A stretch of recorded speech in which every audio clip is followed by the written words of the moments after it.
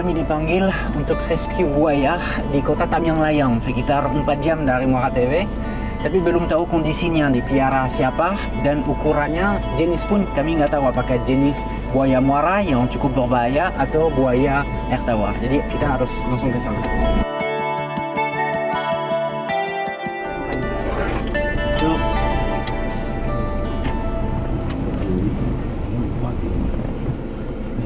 Dan mau nggak boleh dipoto ini.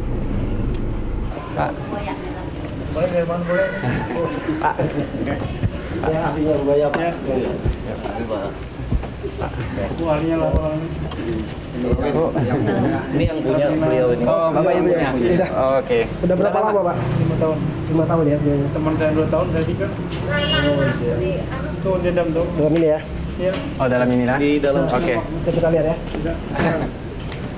Beliau sakit. Oh. Bisa tangannya Pak. Oh, jadi daripada. Oke, malaikat. Jadi kelompok. Oke. Bagaimana bagusnya? Ternyata itu buaya muara. Ya, Porosus.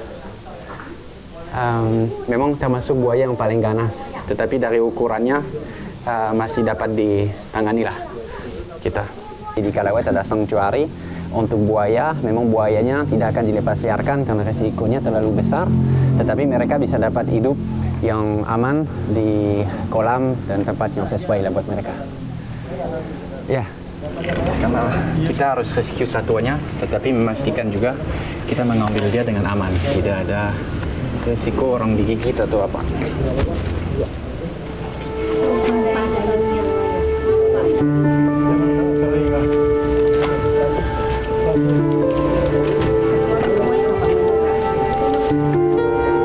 Ada dahan atau sapu.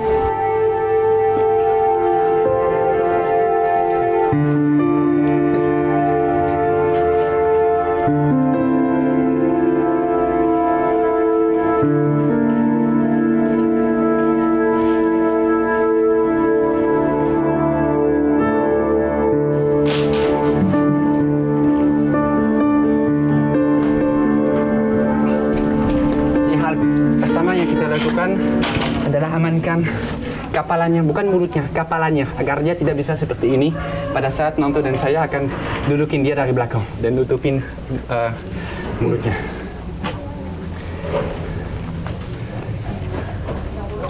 Ini buaya muara, ini buaya jenis buaya terbesar di dunia, bisa sampai 7-8 meter.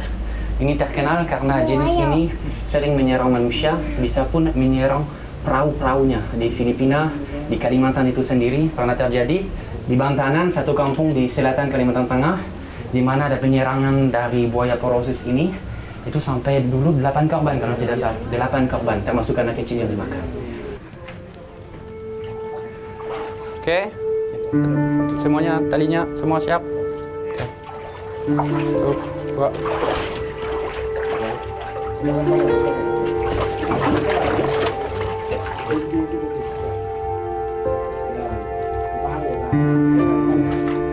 Bentar dulu, jangan ikat kakinya dulu ya. Ini. Sama ininya ya Papa. Tebal-tebal nanti kita potong.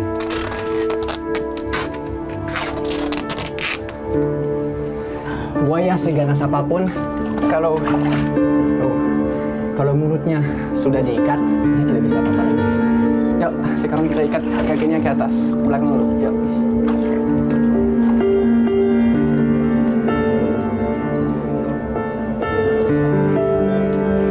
Sekarang kita ikat kakinya, dan tahap berikutnya kita akan tutup matanya agar dia tidak stres selama perjalanan. Walaupun buaya, sama seperti satwa liar lainnya, dia juga akan stres. Proses penangkapan, perjalanan, semuanya itu merupakan stres yang besar buat dia. Oke, makasih Pak.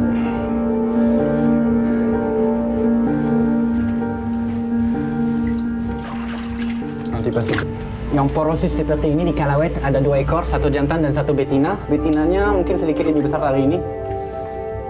Dan sama juga pernah di rescue di salah satu tempat peliharaan. Tuh 2. Pertama,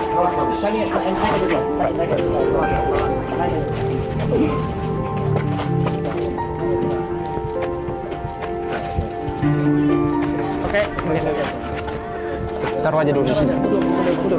Turun aja, ya.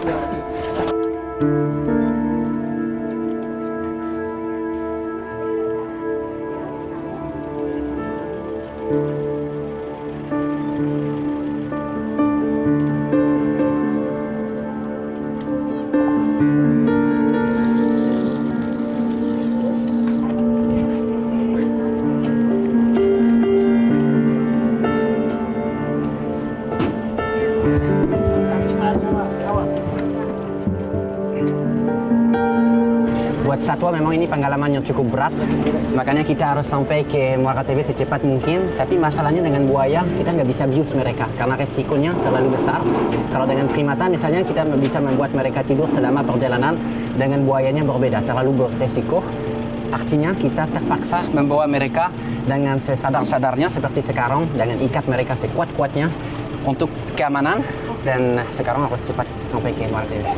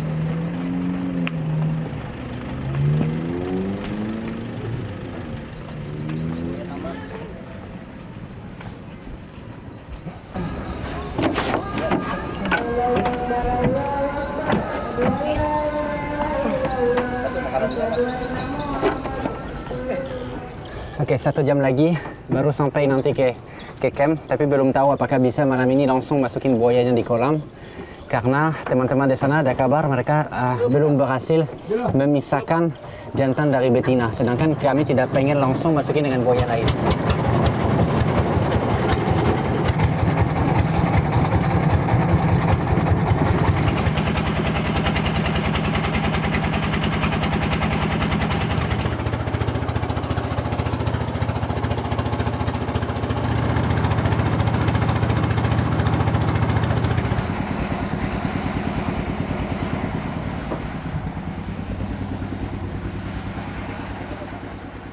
Sam, cepat, ayo.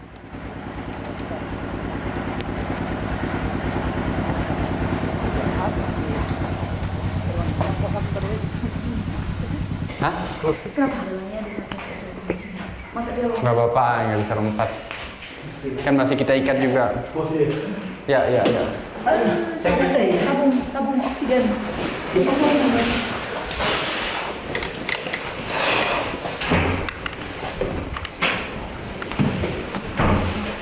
Sebenarnya Nom tuh agak heran soalnya buayanya agak tenang, kurus juga enggak, jadi kayaknya tetap dikasih makan dengan baik di sana, tetapi biasanya lebih banyak berontak. Jadi apakah dia jinak, apakah ada masalah lain, kita belum tahu. Sekarang mau istirahat dan kita akan lanjut besok pagi dengan coba atur buaya yang sudah ada di dalam kolam untuk kosongin 1 kolam biar bisa lepas dia. Ya, mandi, makan. Tidur.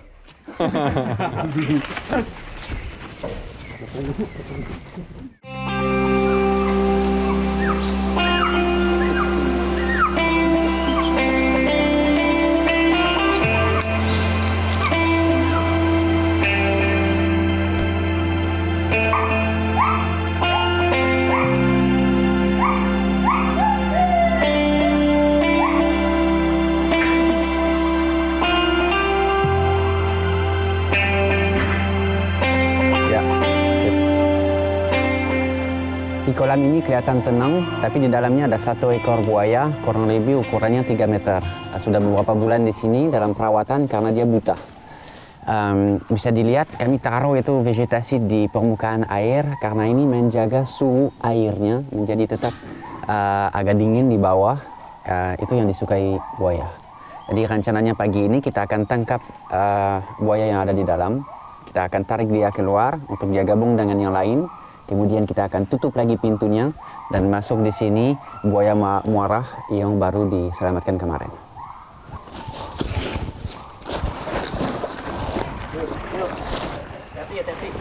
Hati-hati. Tali.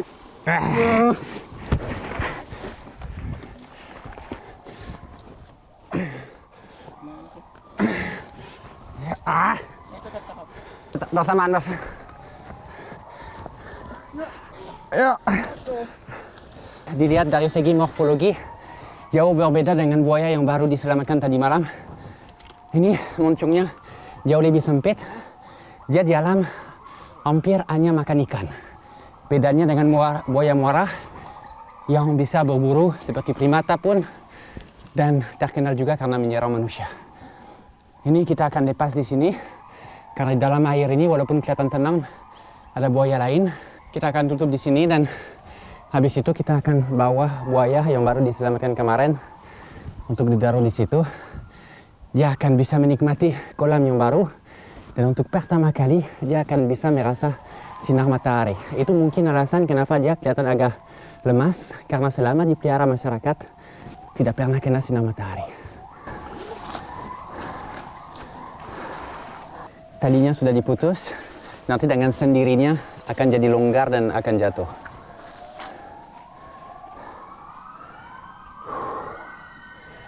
Yuk, kita tutup dulu.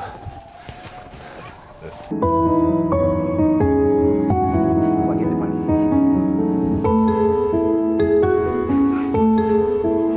Pinggul di atas. Di atas. Aku ngomongnya, jangan ke belakang. Udah. Ya sudah.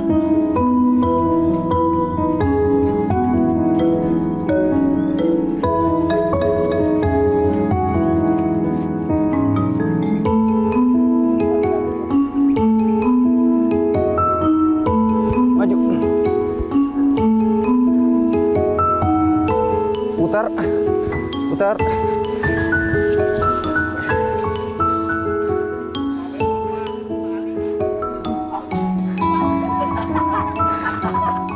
Enak lah. Tahap yang paling beresiko adalah sekarang di saat ikatan mulutnya akan dilepas dan semuanya kami akan lari ke arah belakang. Kadang pada saat dilepas seperti ini buayanya diam, tidak ada reaksi sama sekali. Tetapi kadang dengan jenis ini dia bisa langsung berputar balik untuk coba gigit.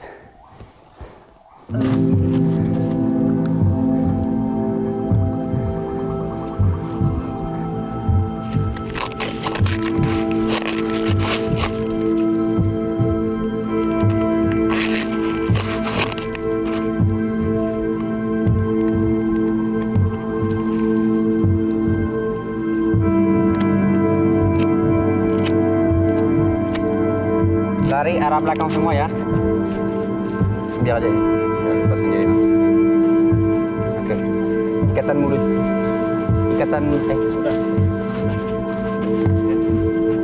Nanti aku sendiri aja lah. Oke. 1, 2.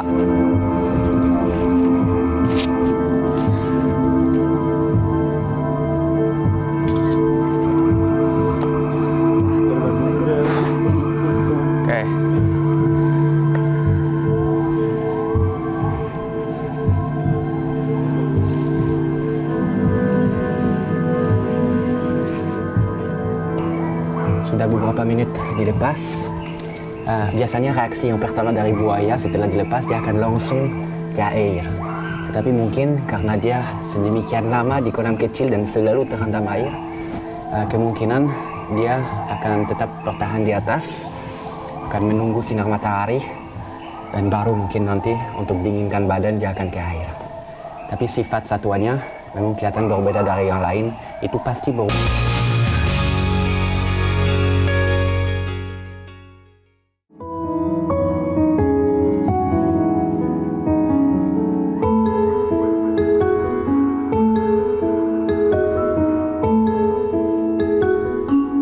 Tujuan dari Kalawet selain konservasi juga menjaga kesejahteraan satwa.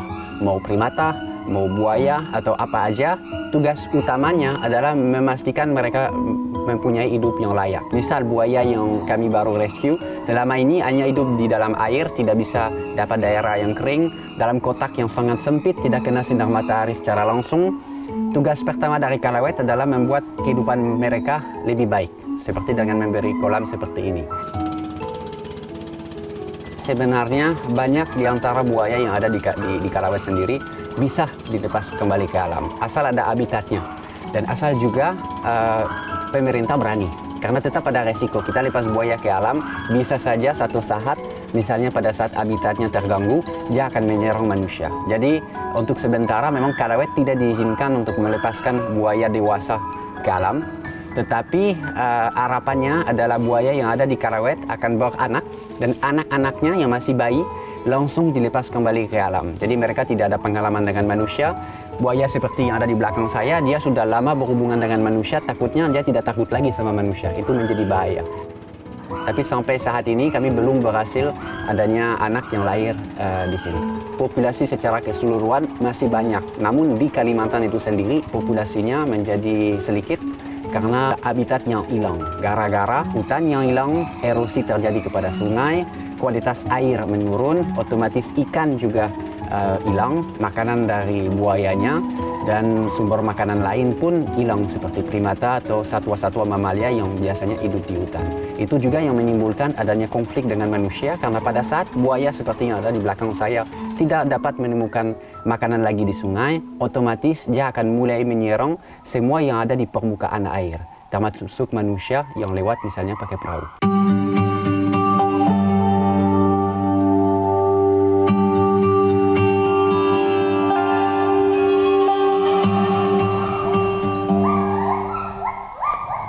Mereka masih belum paham lah yang kita buka. Lama Ntar kita itu mungkin pada saat kita tinggalin baru berani nyebrang untuk mobil. ada payah juga. Ya, bapak yang suka lah. Tapi kelihatan bagus ya. Kalau ini suara apa? Nah itu seperti suara bekantan tuh. Sering lah bekantan dekat kanan sini. Kalau bekantan sering tuh ada jalurnya di sana, dan ada pohon yang besar Banyak. di sana banyak. Dan itu biasanya lewat situ, kemudian biasanya kan mereka mangkal, biasa juga tidur. Tapi Nah ini suaranya, nah iya, yang kecil kan? nah campur. Suara hidungnya. Nah,